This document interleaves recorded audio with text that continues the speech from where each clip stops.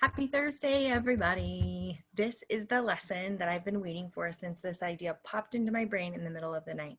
This lesson is the second in the series, right, in the pairing. Last time we were together, we wrote about. This time we're going to write like. This write like routine is it is my favorite. It is the reason I love teaching writing. It is the reason I love writing. It is the reason I love sharing writing. It is the reason that writing isn't so risky, because today we're not just going to pull something out of thin air. We're going to write like our featured author this week, Trevor Noah. Now, if you weren't with us for the write about routine, you're welcome to go back to that post on the blog and watch that routine, or at least just scroll through the comments. Hopefully there are plenty of comments, thanks to those who are joining in. But this lesson really does lean on that. We read the full text in that routine. We're not going to do that today. We're going to dig deeply into a couple of excerpts from this to really study his craft. Trevor Noah is one of my favorite authors. He's one of my favorite comedians. He's one of my favorite editorialists. So we're going to study him and how he writes today. And then everything that follows is going to be in his style. And I can't wait to share that with you. So let me just check. There's a couple of other things I want to mention. This lesson, just like the last routine, there are 4 steps. Now, last time in the write about routine, I really went slow in steps 1 and 2 and slowed it and then talked really quickly through 3 and 4. This is going to be just the opposite. This time, I'm going to go pretty quickly through steps 1 and 2 and then slow it down for steps 3 and 4. So please feel free to stop the video, pause, and keep the pace with me and do the work that I talk through in steps 1 and 2 before we jump into 3 and 4, or watch it all in its entirety and then come back to whatever parts you need. Today, our target is to write like an author. So I can write like an author by noticing the topics, work, and moves they choose so that I can discover ways to share my own stories with the world. So if you haven't already read the text, I do recommend that you do that first. So it's located in this blog post as well as in Tuesday's blog post. So go ahead and grab that. And then you're probably also going to want something to write in. So I have my writer's notebook here.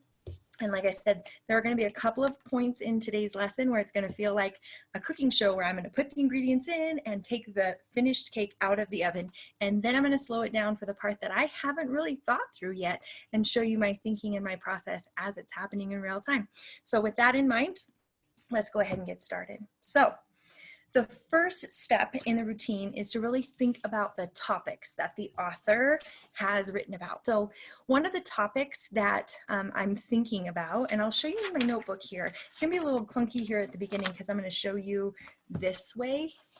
But don't worry, once I start writing in my notebook, I'll hopefully switch to like a doc camera format. So I went ahead in my notebook and I started kind of brainstorming the different topics that Trevor tackles. This is actually the first in a series of 3 questions that Katie Wood-Ray asks us in her book Study Driven. So what are the topics that authors of this kind of writing tend to tackle? And so in this case, you can see that I have Trevor was tackling education as critical thinking or critical thought. And so over here, then I was starting to kind of brainstorm, what would I write about? What could I write about in that same style? And I was thinking, at my school, we've made a shift to content-based literacy instead of strategy-based literacy, which is kind of a really big deal because I grew up on, as a teacher and a child, as a strategy-based learner. So that's one. The second one, if you remember from the text, he talked about, again, that having a friend named Hitler was no big deal for him. It just was the way that it was as he was growing up. And so I have this idea of writing a topic like things that are no big deal, right? So I went ahead and brainstormed a further list. I had a conversation with a friend a couple of days ago about a piece of clothing her daughter received that really bothered her. And my first reaction was, I don't think that's that big of a deal. So that might be one. We also, in that same conversation, talked about the difference between what we allow our kids to see in terms of sex in movies versus violence in movies, and which one of those we find to be the lesser of the big deals. As you can see, I've got a lot still brewing in my head around topics, but you could do the same thing. So go back and reread Trevor's piece in its entirety and think about what are some of the topics you could tackle in the style of Trevor Noah, right? Something that that has to do with something that's sparked by what you read. It could be from the write about you did. It could be from the write about somebody else did. Let's talk about the next step. So that's topics. Going into this, you've got to do some pre-writing. And what that means is you've got to be thinking about what you could write about. And you don't have to make a commitment yet, but you've got to go into this next step with some topics in mind, because the next step asks the second question in Katie Wood Ray's Study Driven, which is, what kinds of work does it seem like the author had to do? So when you think about Trevor Noah's text, and he wrote about his friend named Hitler, and then he also wrote about like the history of the name Hitler and the history of education in South Africa that did not allow people to know who Hitler was, and the uneducation in the West of people who are also who rival Hitler in their historic significance, I guess we would say. So when you think about the kind of work that Trevor might have had to do, he probably had to first just recall his own personal experience, which I love that. And then do I think maybe he needed to do some research? Let me go back and look really quick. I wonder, when he gets to this part about talking about the other people that might be considered on par with Hitler, Cecil Rhodes, Belgium's King Leopold, Christopher Columbus, Andrew Jackson, if there might have needed to be a little research done. And I'll be honest, if I think about a topic that I might choose, I'm going to need to rely on a little bit of research, because I want to write about something that goes a little bit beyond my expertise. So just in true transparency, the topic I've been thinking about a lot is this conversation I was telling you I had with my friend about this piece of clothing that her daughter received as a birthday gift. It is a hoodie or a jacket of some sort, and on the back, nice and big, it has the Playboy bunny. And I really want to write about this because it is the first one that I thought of when I read Trevor's book, that when she first told me about it, she was kind of sharing like, should I be worried? I had such a horrible reaction to this, or not horrible. I had such a surprising reaction to seeing this in her closet. What should I do? How should I handle it? Was kind of her way of coming, kind of her context. And my first reaction was, I don't think it's that big of a deal. And so for me, the work I would need to do, first of all, I had to listen as my friend talked about her concern. There were some other people in the group as well, some colleagues, and I learned a lot about like the history of Playboy and the statistics around porn addiction. And so I listened really carefully, just like I believe Trevor has to do. So that's one, I have to work to do that. And then I needed to learn more. Okay, so remember, this all falls under the category of like, what is the work the author needs to do? What's the work I need to do in order to write like Trevor? So I had to recall my own experience. I had to listen carefully as I was essentially like interviewing other people, right? I was listening really carefully. I had to do some internet searching with some very careful keywords, and I had to evaluate my sources, okay? So that's when we talk about the kind of work that you might do. That's the kind of work I had to do. It's a little different than Trevor's, I'll be honest, and say that that's not really inspired by this book, but because the topic is, I had to match the work. Does that make sense? All right, so here's the part where I'm going to slow it down just a little bit, and I'm going to talk through my process. The rest of this is not scripted, so bear with me. So the next part really is about craft. All right, guys, so this is my writer's notebook, and I've already done a few bits of annotation here. I started here at the top, and I started to think about what is it that Trevor does in order to write this piece. He starts with, there's this low brick wall running down the middle of the road in front of Bungani's house in Alex, and every day Bungani and I and our crew would go and sit on the wall. And I think about, what does that do? What is he doing in this section? And if I thought about this, he's talking about everyday things. This is really setting some context, this opening, right? And so I'm going to label it that way. You can see I've kind of in pink here labeled some other things that happen here, and I'll kind of talk you through those in a minute. He talked about his computer and his modem, and then this part he gets into that person. It's interesting, this last sentence in this section introduces this this word that in a lot of different contexts is shocking to especially people who are reading this who do live in the West, who do know who Hitler is. So I'm going to say this introduces a surprise. And in this case, this surprise is a name. Okay. This next section I labeled as a character sketch because he really just goes in and describes who Hitler is. And he talks about his movements, his physical qualities, the way he's always laughing, his personality, that kind of thing. So if I were going to label those critical attributes, this is step 3, right? Like, how am I going to write like this? So I'm going to say physical and character traits.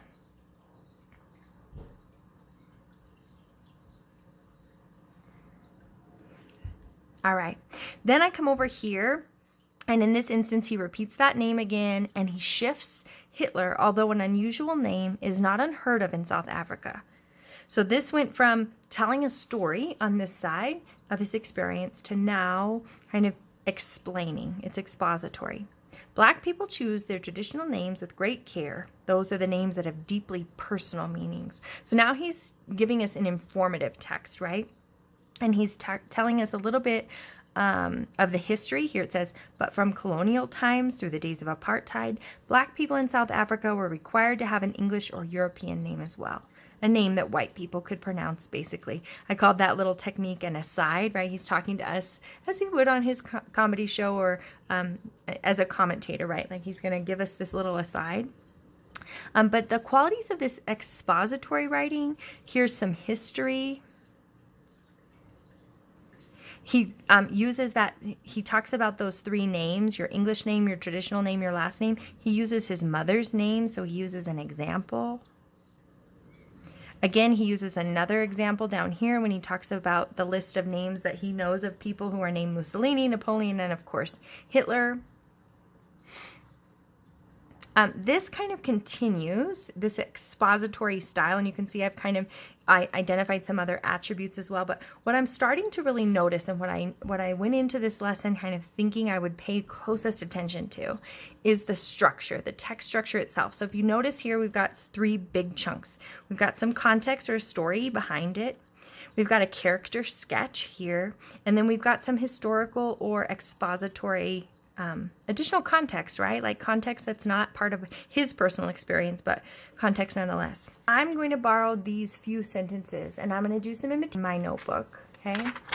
And I really am just going to get the skeleton down, okay, with a couple of sentences that match his.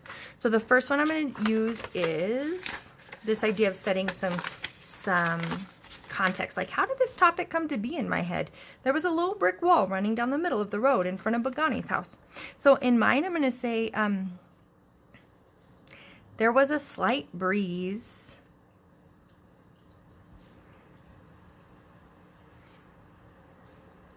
as my good friend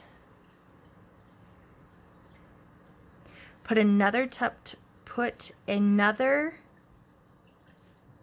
ooh, this is going to be hard to say, tough topic on the table at the end of book club. Okay, so this part, I'm not sure I'm going to leave a whole lot of space here, only because when I go to actually draft this, I'll do it online, but I want to just capture some of these imitations here. I need to get to that surprising sentence. Hands down, the best, most beautiful, most graceful dancer in the crew was Bagani's neighbor, Hitler. So I'm going to do some leading up. I'm just going to make a note of that. Like, I'm not ready to write that part yet, but I'm going to do some leading up to where this is like hugely, we've made a lot of anticipation. She pulled back the clothes in the closet, the clothes in her daughter's closet.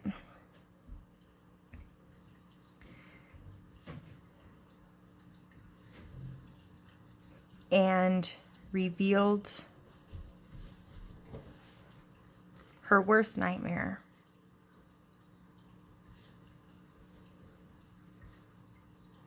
There, hanging at the back was a new hoodie.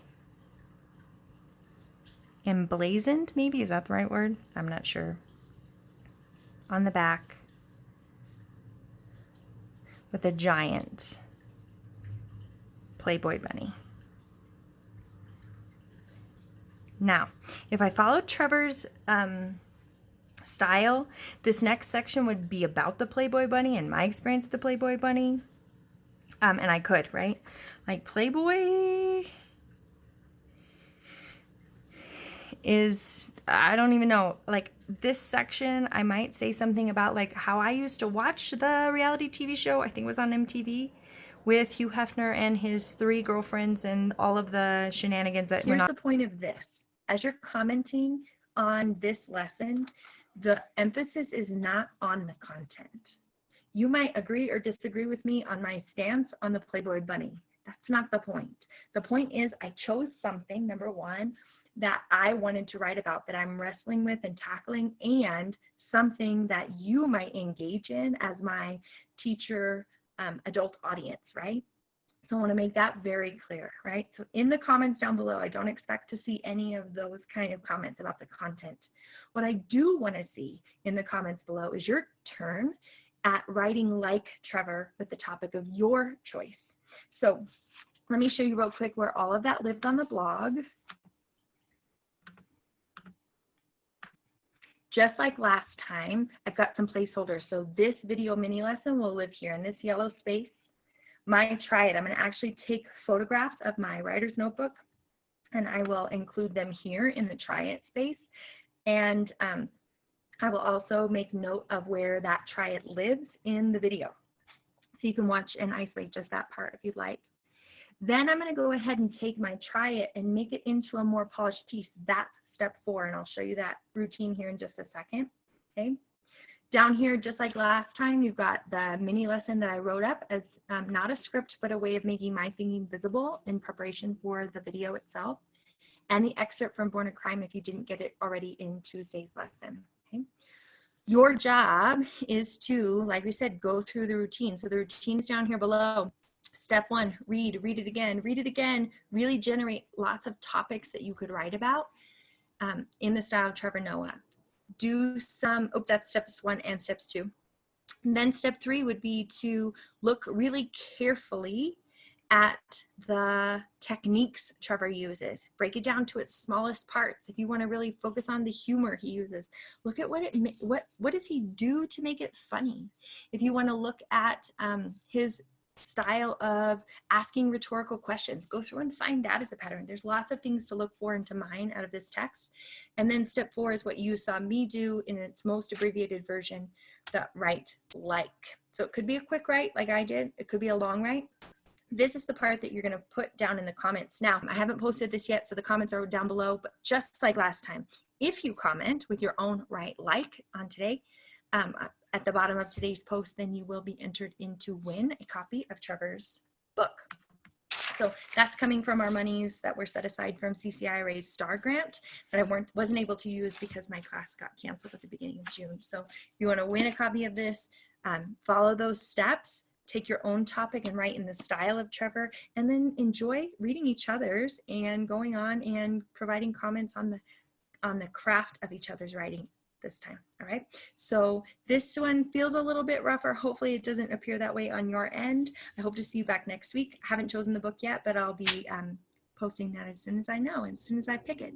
So thanks guys for joining me again today, and I can't wait to learn from you and the decisions you make as a writer today. Thanks.